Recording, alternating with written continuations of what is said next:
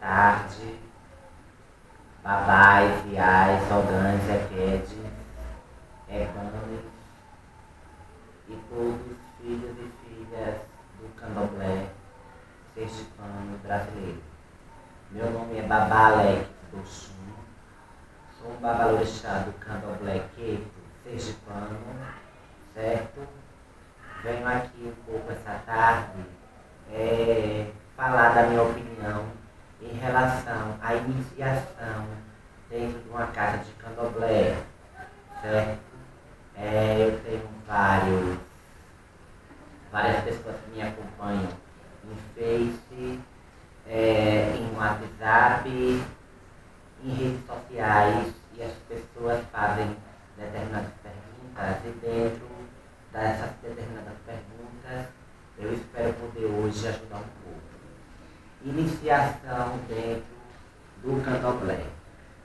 Iniciação dentro do candomblé é algo assim mágico e algo muito especial de se falar, certo? Uma pessoa, quando ela adentra uma roça de candomblé, quando ela começa a frequentar uma roça de candomblé, ela ainda abiã, certo? Ela vai descobrir todo um mundo mágico e diferente daquilo que ela conhecia anteriormente no abianismo, certo? Distinto ao candomblé, nós temos aí afora a Umbanda. A Umbanda, que é uma religião diferente do candomblé, separada do candomblé, certo? Que cultua, entre aspas, os orixás africanos, certo? Orixás esses que nós cultuamos, nossos ancestrais, nossas divindades, nossos senhores e senhoras de origem africana, certo? Deixando sempre bem claro, nesse depoimento eu quero deixar sempre bem claro que temos o nosso grande Deus, né? O Senhor, o Supremo, o grande Olodumare. Para se iniciar numa casa de candomblé, precisa-se saber que existe um início para que um dia exista um fim, certo? Existe Deus acima de tudo, certo? O nosso Deus, em nossa língua iorubá, certo? É o Supremo, o grande Senhor Olodumare, o grande Senhor dos iorubás, certo? Então, essa pessoa de inícios, tendo essa noção, ela vai descobrir então qual é o orixá que rege a sua cabeça, o orixá que rege o seu ori, que são o orixá de cabeça, o juntó e o orixá de ano. São os orixás que completam a personalidade e o eu, o próprio ego daquela pessoa, certo? Dentro dessa descoberta de eu, de ego, essa pessoa vai se identificar. Ela vai procurar se identificar com o seu orixá de cabeça, com o seu juntó e com o seu orixá de ano, certo? O seu carrego, o seu orixá de ano. E aí então, essas três energias somadas, formando a personalidade dessa pessoa, e dentro do coração daquela pessoa, ela sentindo que aquilo realmente faz parte de si próprio, ela vai procurar e então começar uma nova jornada. Ela adentrou a casa de candomblé. Esse filho, esse novo abiã, descobriu o seu eu próprio, certo? E daí em diante, o próximo passo é descobrir as normas, a maneira de se dirigir e que se conduz àquela casa de axé, a qual ela escolheu, a qual ela adentrou, para que essas descobertas fossem realizadas na vida dela. Essa pessoa então deve, até por conselho eu digo, deve procurar saber os aspectos físicos e espirituais daquela casa, certo? Os físicos que eu digo é saber se realmente ela se adapta àquele ambiente, se realmente ela se adapta às pessoas daquele ambiente, se realmente ela se enquadra nas normas daquele axé. O aspecto espiritual, o qual eu falo, primeiro ponto eu digo, é a nação da casa de axé a qual ela procurou. Se combina, se iguala ao que o orixá, ao caminho que o orixá dela pede, ao caminho que o orixá dela segue. Existe aí afora muitos recém-raspados, recém-iniciados, novos e novas leste-orixás, homo-orixás, certo?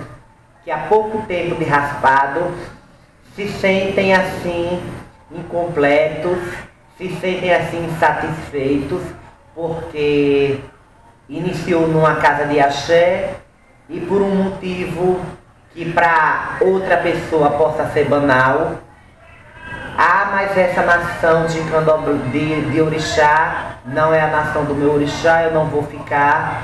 Esse é o contexto enquadrado no contexto espiritual. Como eu dizia, certo? Dentro do contexto espiritual, tem muitas variáveis a se visar. Frisando, certo? É bom a pessoa analisar se a nação a qual ela está iniciando corresponde aos caminhos de seu orixá. É bom a pessoa analisar se de bom espírito, se de boa vontade ela está fazendo aquilo, ou não induzido por alguém. É bom a pessoa analisar na sua iniciação se é aquele axé mesmo que escolhido por corpo e alma, pelo seu orixá e pelo seu ori, certo? Que é aquele axé que você vai seguir até o fim. Eu já tive experiências, eu já escutei de boca de alguns iaôs recém-iniciados, certo? Que depois da iniciação, esse determinado iaô, certo? Disse que não ficaria no axé porque o seu próprio orixá lhe mostrou outro caminho. Isso, pra mim, não existe. Isso pra mim é uma palhaçada, uma falta de personalidade, certo? Um desrespeito até o seu próprio orixá. Porque se você raspou, se você iniciou dentro de um axé, se o seu orixá se sentou numa poti e recebeu a navalha daquele babá, daquela iá, o seu orixá ele não vai ter dúvida. A dúvida depois de iniciado é sua, é do lefe orixá, certo? Orixá não tem duas palavras. Orixá não tem duas palavras, não tem dois termos para que eu escutasse que aquela pessoa foi iniciada, mas que aquele orixá, depois de raspado, estava dando outro caminho, estava mostrando outros caminhos àquela pessoa. Me deu um agô. Analisem. Analisem, porque certas palavras são inválidas. Inválidas e são pequenas diante de grandes atos. Como já disse, vou frisar, certo? a iniciação em si, ela é mágica, ela é esplendorosa, tanto para o Iaô quanto para o orixá. O orixá, ele tem na vida do recém-iniciado, do novo Leste-orixá, do novo Omo-orixá, que nasce para o axé, seja ele qual for, seja qual a nação for, Queto, Gê, Ginjexá, Efon, seja qual for. É orixá, é espiritualidade. É uma nova espiritualidade que está se iniciando. O orixá, ele vê nesse momento mágico a oportunidade de renascer, de reviver sobre o ori, sobre a vida daquele filho. Isso é mágico, isso tem que ser muito valorizado, porque o ser humano imaginar que um orixá está se regozijando, está se alegrando, está feliz por estar lhe descobrindo e lhe aceitando dentro das regras, dentro das rezas, dentro dos ritos, dentro dos momentos sagrados que se passa dentro de uma casa de axé, no momento de feitorio. Isso é algo que deveria ser visto por um Iaô, certo? No caso de Queto, por um Muzenza, no caso de Angola, por um Vodum, por um novo Vodum, no caso de Jeje, certo? Isso é algo que deveria ser visto como maravilhoso para os Iaôs, para os recém-iniciados. Mas felizmente, ou infelizmente, nos dias de hoje, os recém-iniciados não avaliam de tal forma, não enxergam de tal forma, certo? Acham que tudo dentro de uma casa de axé é muito, tudo é obrigação, nada mais é feito por amor, tudo é forçado, nada mais é feito por boa vontade. Isso entristece o Iaô, o orixá, que acaba de ser iniciado naquele ori.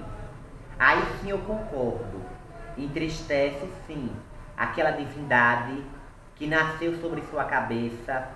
Orixá em particular, eles são divindades e automaticamente são divindades que tiveram oportunidade de viver em tempos muito remotos, em tempos muito passados, a experiência da carne, tiveram oportunidade de viver aqui nesse mundo e de aprenderem também o sentimento, de aprenderem também sentir o amor, a dor, a boa vontade, a má vontade. E quando se existe a má vontade, a preguiça, quando se existe a falta de amor devida que o recém-iniciado deve ter pelo seu axé, então se não existe esse amor, existe uma tristeza e existe realmente, eu acredito assim, um desânimo da parte do seu próprio orixá para com esse recém-iniciado, certo? Não um abandono, uma vez ligado ao ori daquele filho, jamais desligado, certo? Até o dia em que esse filho for ao Ló, onde vai haver o desligamento e ele vai ser entregue aos caminhos de ori, mas isso é um assunto muito mais para frente, certo? E para o Iaô, a iniciação, ela é mágica também, ou já foi algum dia, certo? Mágica, maravilhosa, já foi esplendorosamente magnífico se iniciar para o orixá, ter a sensação de sentir a energia do seu próprio orixá sobre sua vida, sobre seu ori. Saber que seu corpo está ali pulando, dançando sobre os sons dos atabaques, sem o seu próprio controle, sendo controlado por uma energia muito maior, muito mais forte. Energia essa que o recém-iniciado, e nós todos em geral, chamamos de pai e de mãe. Energia essa que nós chamamos de orixá. É mágico, é muito mágico para o recém-iniciado colocar o seu mocã em senzala.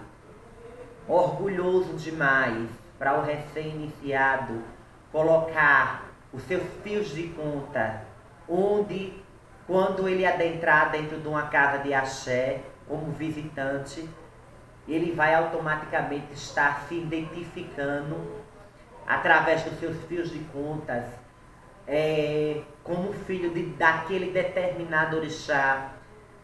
E aqueles mais velhos que já são iniciados, que já têm um saber dentro daquilo, reconhecer, saber a que orixá aquele filho foi iniciado, a que vodum aquele filho foi iniciado, a que inquice aquele filho foi iniciado. Vale lembrar também, certo, que o recém-iniciado, antes mesmo de qualquer passo, ainda como abiã, ele deve avaliar, certo? Deve conhecer melhor em que mundo ele está entrando. Deve conhecer melhor os aspectos, as coisas que acontecem dentro daquele mundo. Se aquilo tudo junto vai fazer ele feliz. Se aquilo tudo que acontece ali, dentro de encantos e belezas, é tão grande que ele seja capaz de ter aquilo para si até o fim de sua vida. Nem todos iniciados, certo, seguem até o fim. Como em toda religião, como em toda seita, alguns recém-iniciados passam anos, passam meses, passam anos, passam décadas, mas nem todos vão até o fim. Uns, como dizem aí afora, pelo amor, outros pela dor, e outros até simplesmente por não saberem para onde ir. Mas eu digo de hoje, diante do trono de minha mãe Oxum, diante desse axé, diante do firmamento que tem dentro desse axé, eu digo, certo? Pelo amor, somos muito mais recompensados. Vivendo para o orixá, pelo amor, nós não estamos vivendo só. Eu digo a qualquer recém-iniciado, vivendo para o orixá, com dedicação e com amor, você terá retorno dentro de qualquer situação que você passar em sua vida, sendo em relação espiritual, sendo em relação material, certo? Desemprego, todo mundo fica desempregado. Doente, todo mundo fica, certo?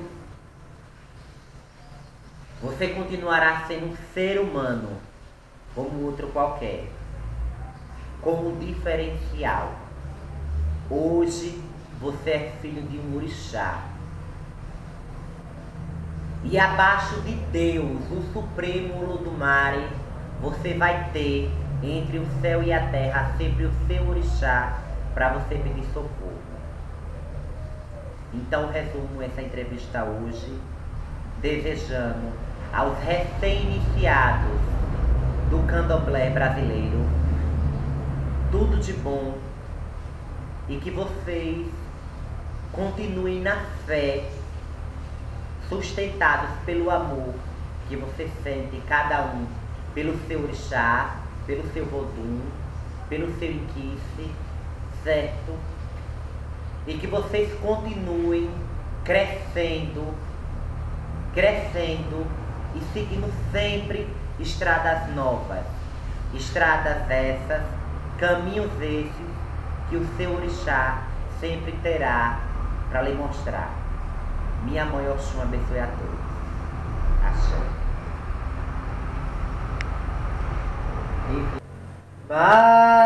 Babalaxé Nileuá, Babalaxé Nileuá, Oxum minha mãe Alaxé Anileuí, Ayaxé Nileuá, Oxum minha mãe Axé Anileuí, Babalaxé Nileuá, Ayaxé Nileuá, Oxum minha mãe Axé Anileuí, a minha Axé Nileuá, Oxum minha mãe Axé Anileuí, e meu tate Nileuá, e minha roça Nileuá, Oxum minha mãe, minha discícia Nileuí, minhas saibas Nileuá, Oxum minha mãe, o seu Ibá Nileuí, seu ocultar que é Nileuá, Oxum minha mãe, o seu axé Nileuí, os seus cargos que é Nileuá, Oxum minha mãe, axé Nileuí, seu Ziaú que é Nileuá, axéu. E assim, com muito axé, pedindo a minha mãe Oxum, que é a grande Aludê, a grande senhora de todo o feitorio, certo? Eu peço e rogo a minha mãe Oxum que abençoe a todos os Iaús, a todos os inquices, a todos os musenzas e a todos os voduns, certo? Trazendo paz, harmonia e continuidade para que esses recém-Iaús, esses recém-iniciados no axé brasileiro sejam abençoados e possam um dia se tornar grandes babás, grandes iais, grandes ebomes, senhores e senhoras do candomblé brasileiro.